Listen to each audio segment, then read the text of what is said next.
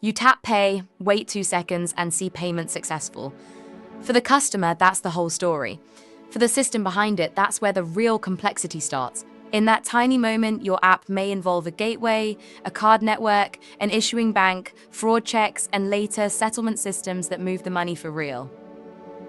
On the happy path, the customer submits card details.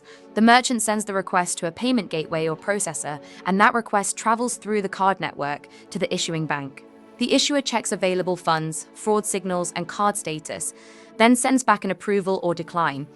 That approval reaches the merchant almost immediately, which is why checkout feels instant. But approved does not mean settled. The customer gets a quick answer now, while the merchant usually receives the money later through clearing and settlement. A hotel booking is a great example. Authorization reserves the funds on the customer's card, but capture happens later when the hotel is ready to actually collect the money. That gap matters in production. If the merchant never captures the payment or captures only part of it, the remaining authorization can expire and the reserved funds are released. Real systems break away from the happy path all the time. A payment can be declined, a fraud rule can block it, or the customer can close the app before your backend receives the final result. Timeouts are even trickier because they create uncertainty. The bank may have approved the payment while the merchant still thinks the request failed or is pending. That's why payment systems rely on asynchronous confirmation, especially webhooks, to bring the final status back later and repair those temporary mismatches safely. Retries are necessary, but dangerous. If a customer taps twice or a network retry resends the same request, your system must not create two charges for one purchase.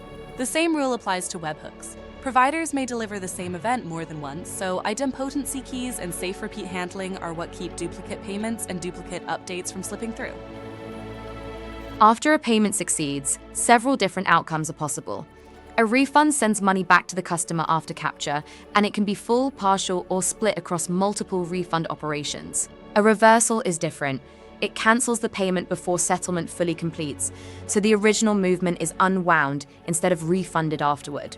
And a chargeback is not initiated by the merchant at all. It starts when the cardholder disputes the charge through their bank, which brings evidence, deadlines, and operational risk into the picture. Behind every payment system, settlement moves funds.